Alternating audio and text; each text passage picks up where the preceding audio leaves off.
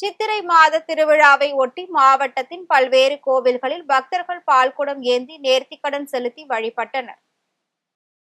சென்னை திருவான்மையூரில் உள்ள திருவீதி அம்மன் கோவிலில் சித்ரா பௌர்ணமியை முன்னிட்டு பால்குடம் எடுக்கும் நிகழ்ச்சி வெகு விமர்சையாக நடைபெற்றது. முன்னதாக அம்மனுக்கு சிறப்பு அபிஷேகம் செய்யப்பட்டு மகா தீபாராதனை காண்பிக்கப்பட்டது. அதனைத் தொடர்ந்து ஆலய தலைவர் மூர்த்தி, மாமன்ற உறுப்பினர் விசாலாட்சி கபிலன் ஆகியோர் சிறப்பு அழைப்பாளராக கலந்து கொண்டு பால்குட ஊர்வலத்தை தொடங்கி வைத்தனர். இதில் திரளான பக்தர்கள் பங்கேற்று பால்குடம் ஏந்தி ஊர்வலம் வந்து நேர்த்திக்கடனை செலுத்தினர். இது குறித்து செய்தியாளர்களிடம் பேசிய திருக்கோவில் தலைவர் மூர்த்தி, மருதீஸ்வரர் ஆலயத்தில் வேண்டுதல் வைக்கும் பக்தர்களின் கோரிக்கைகள் நிறைவேறுவதால் ஒவ்வொரு ஆண்டும் பக்தர்களின் எண்ணிக்கை அதிகரித்து வருவதாக தெரிவித்தார்.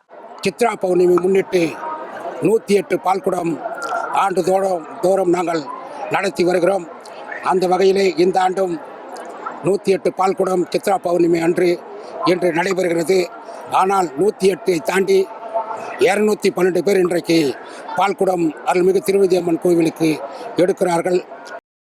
அதேபோல் ராணிப்பேட்டை மாவட்டம் சோளிங்கர் நகராட்சிக்கு உட்பட்ட எசையனூர் கிராமத்தில் கங்கை அம்மன் திருக்கோவிலில் சித்திரை மாத திருவிழா நடைபெற்றது. முன்னதாக உற்சவருக்கு சிறப்பு பூஜை அபிஷேகம் செய்யப்பட்டு மகா தீபாராதனை காண்பிக்கப்பட்டது. அதன் பின்னர் திரளான பக்தர்கள் கலந்து கொண்டு பால்குடம் ஏந்தி ஊர்வலமாக வந்து நேர்த்திக்கடன் செலுத்தினர்.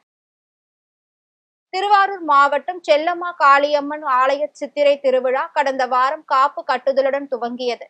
அதன் பின்னர் நாள்தோறும் அம்மனுக்கு சிறப்பு அபிஷேகம், தீபாராதனைகள் நடைபெற்றது. திருவிழாவின் முக்கிய நிகழ்வான இன்று பழங்குடி அருள்மிகு ஸ்ரீ நல்ல மாரியம்மன் பிறந்த ஊரான வேலூர் கிராமத்திற்கு அம்பாள் கொண்டு வரப்பட்டு சிறப்பு பூஜைகள் செய்யப்பட்டு மகா தீபாராதனை காண்பிக்கப்பட்டது. இதில் திரளான பக்தர்கள் கலந்து கொண்டு மாவிளக்கு இட்டும் தங்களுடைய காணிக்கையை அம்மனுக்கு செலுத்தினர்.